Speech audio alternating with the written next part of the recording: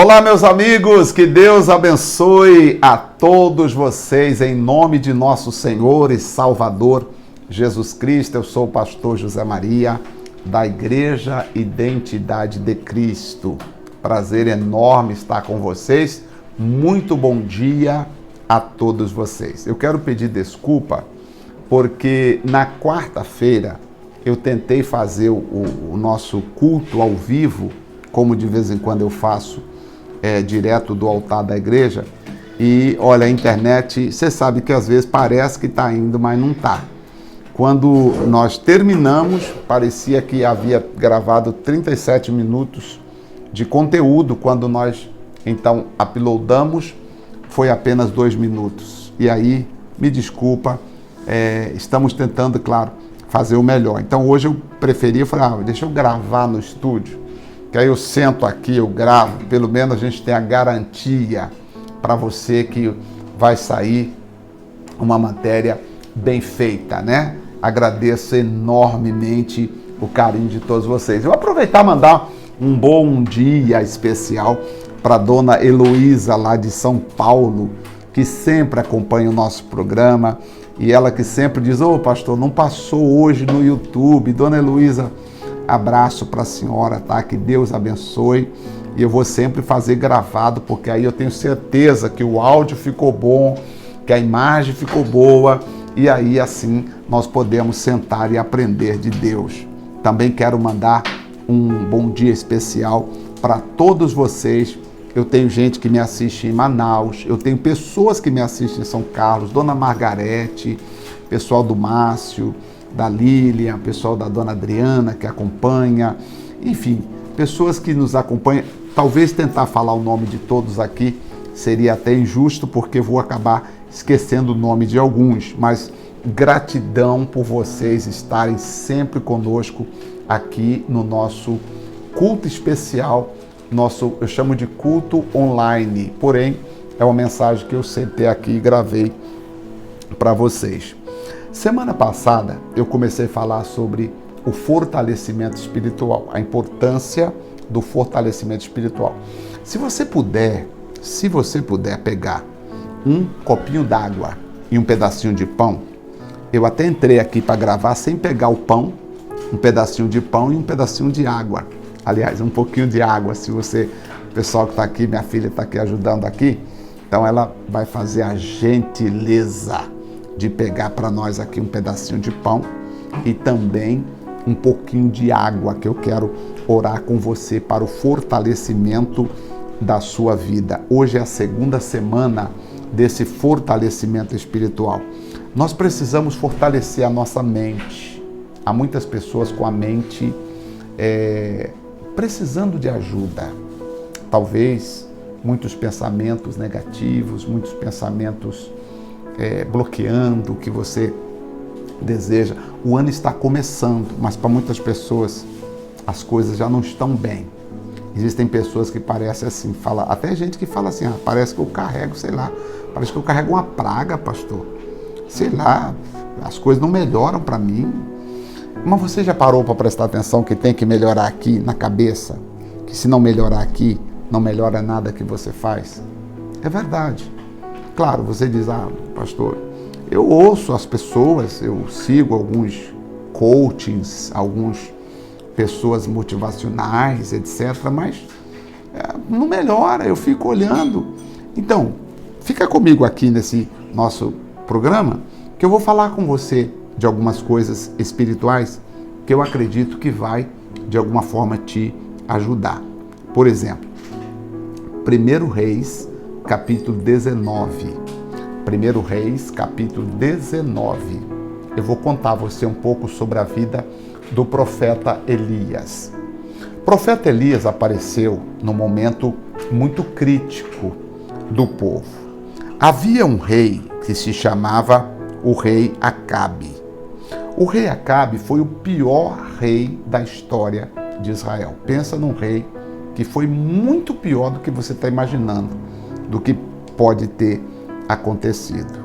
Uma pessoa que fez com que as pessoas se desviassem, as pessoas agiam com maldade, E o profeta Elias apareceu no capítulo 17 e disse: não vai chover, senão segundo as minhas palavras. Sabe por quê?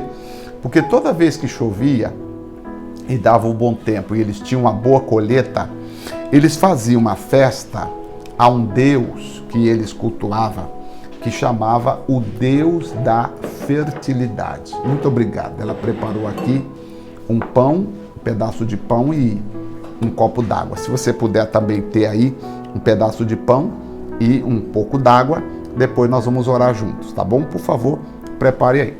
Então, sempre que havia prosperidade naquele tempo, o homem chamado Acabe reuniam as pessoas e dizia: vamos louvar ao Deus da fertilidade.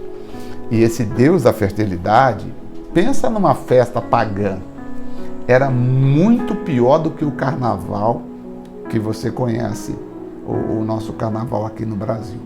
Muito pior.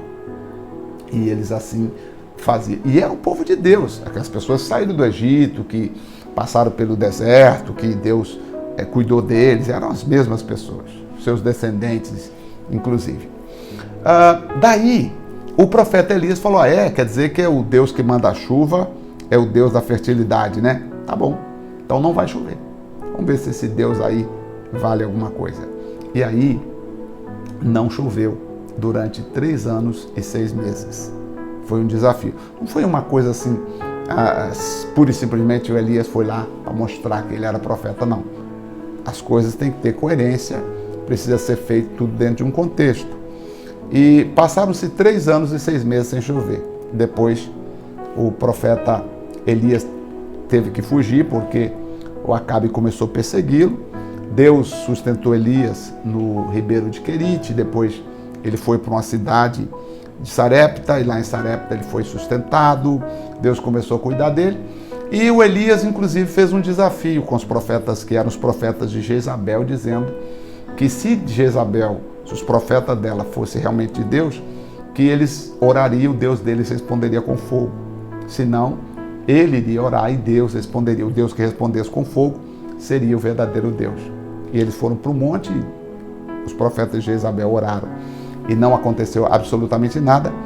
De meio-dia para tarde, Elias repara o altar e ora, e fogo cai do céu e queima o holocausto. E Elias então mata todos os profetas de Jezabel e declarou ali que só o Senhor era Deus. Muito bem. Depois Elias, então, passado um tempo, Elias ora e chove.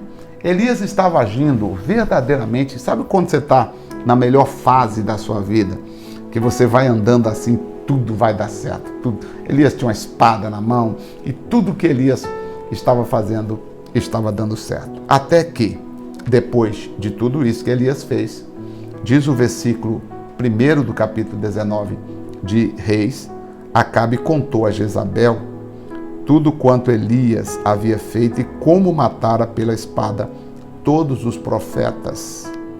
Então Jezabel mandou um mensageiro dizer a Elias: que os deuses me castiguem se até amanhã, a estas horas, eu não houver feito com a tua vida como a um deles. Jezabel mandou um recado para Elias. Percebe que até aqui o negócio de Elias era espada na mão. Aparece, eu corto a cabeça, eu faço e aconteço. Vou lá no monte, clamo, coloco o altar, clamo e Deus atende. Jezabel não apareceu para Elias, porque se Jezabel aparece diante de Elias, ele cortaria a cabeça dela, certamente. Só que Jezabel mandou um recado. Esse recado entrou na mente de Elias e começou a trabalhar na mente de Elias. Porque às vezes o seu problema não é a força física você tem, inteligência você tem. O problema é o que está entrando na sua mente, está gerando um pensamento negativo em você. Porque gerou em Elias, olha só, no versículo 3 diz assim: quando ele ouviu isso, fugiu para salvar a sua vida. Chegando a Berseba, que pertence a Judá, deixou ali o seu servo e disse: olha, fica aqui que eu vou. Andou caminho de um deserto, sentou debaixo de uma árvore e pediu a própria morte. Porque agora o Elias Diz aqui o texto, eu gosto de pensar no versículo de número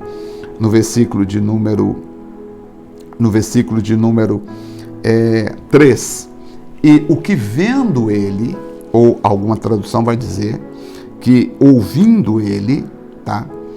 Ouvendo ele, eu gosto da tradução vendo ele, por que vendo ele? Porque eu acredito que naquele momento que Jezabel mandou o recado, Elias visualizou a mensagem de Jezabel, eu acredito que Elias visualizou a cabeça dele na mão de Jezabel, na janela do palácio, e Jezabel gritando, tá aí, ó, matou os meus 450 profetas, mas eu vinguei dele. Ou seja, o próprio pensamento negativo que Elias começou a ter sobre ele mesmo, fez com que ele sentisse deprimido e quisesse fugir.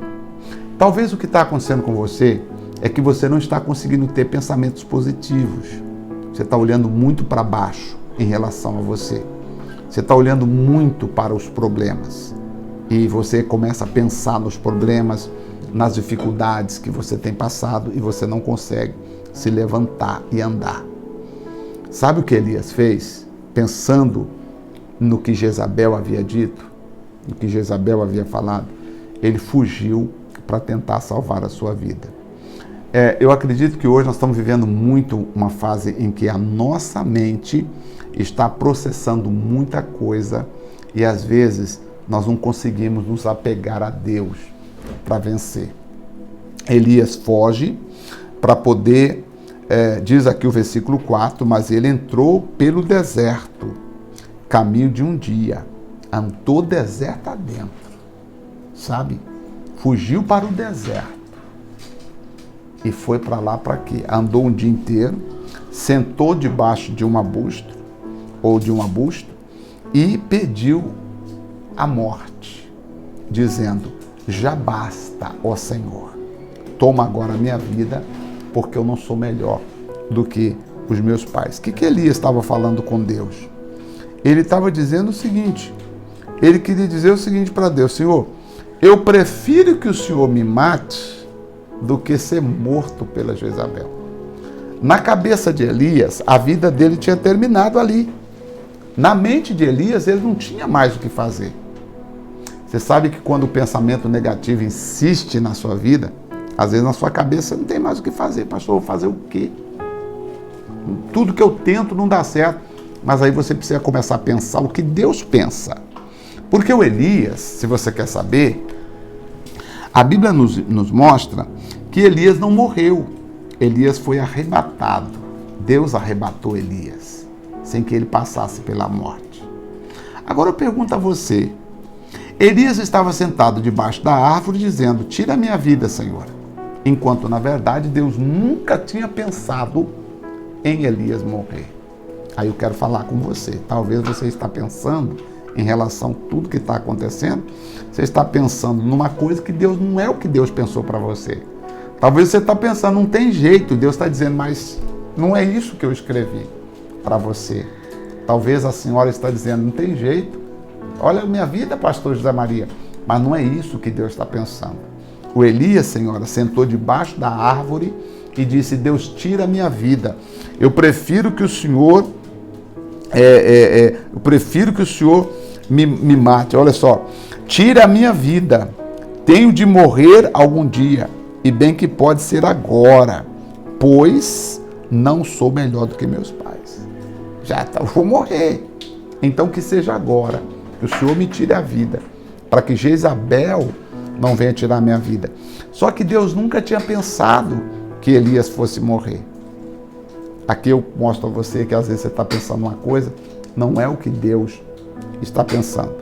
Sabe como que Deus fez na mente de Elias? Deus mudou o pensamento de Elias quando Deus manda um anjo lá onde Elias estava, debaixo da árvore, e Deus mandou um anjo, e o anjo chegou e falou assim para Elias, Elias, levanta e come, porque muito comprido será o teu caminho. O que fez Elias levantar foi o anjo dizer para ele, levanta e come, porque muito comprido é o seu caminho. Você vê que Elias tinha um pensamento, Jezabel vai me matar, minha cabeça na janela do palácio, E todos dizendo, aí está o Elias, que agora foi morto por Jezabel. Aparece o Senhor agora e diz assim, Elias, muito comprido será o teu caminho. Ou seja, você não vai morrer. Ah, meu amigo, quando Deus falou isso com Elias, sabe o que Elias fez? Elias comeu pão e bebeu água. E com a força daquele pão e daquela água, ele caminhou 40 dias e 40 noites. Eu quero perguntar a você agora, vou usar aqui o álcool gel para higienizar a mão, e eu quero perguntar a você, você quer ter força para caminhar, para sair desse pensamento negativo que você está pensando aí, que não vai dar certo para você, que o ano já começou ruim? Eu quero que você coloque na tua cabeça um outro pensamento. Vai dar tudo certo, porque Deus está comigo. E se você puder, pega um pedaço de pão. Se você não tem o pão agora, depois você volta à oração e ora comigo, que eu quero que Deus fortaleça você, assim como Ele fortaleceu ao profeta Elias. Vamos orar? Senhor, nosso Deus e nosso Pai, assim como o Senhor fortaleceu o profeta Elias, dizendo a ele, Elias, muito comprido será o teu caminho, isto é, Jezabel não vai te matar, Elias, porque eu ainda tenho muita coisa para você fazer. Assim como o Senhor despertou a vida de Elias, eu quero também que o Senhor desperta a vida dessa pessoa aqui agora. Toca, meu Deus, na vida deste homem, toca, meu Deus, na vida desta mulher, toca, meu Deus, na vida desta pessoa que está dizendo, Deus, sou eu, o Elias, sou eu que estou vivendo como Elias, achando que o ano já começou ruim, mas eu vou crer com o pastor agora, eu vou comer este pão, eu vou beber esta água, e eu vou crer que a minha vida vai mudar, e vai.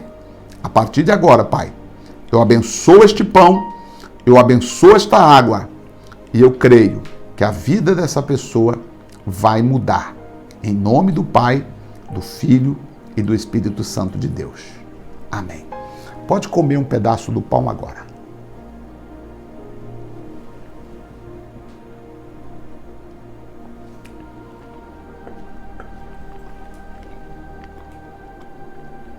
Coma do pão. Coma com fé. Deus vai te dar força, pode ter certeza disso.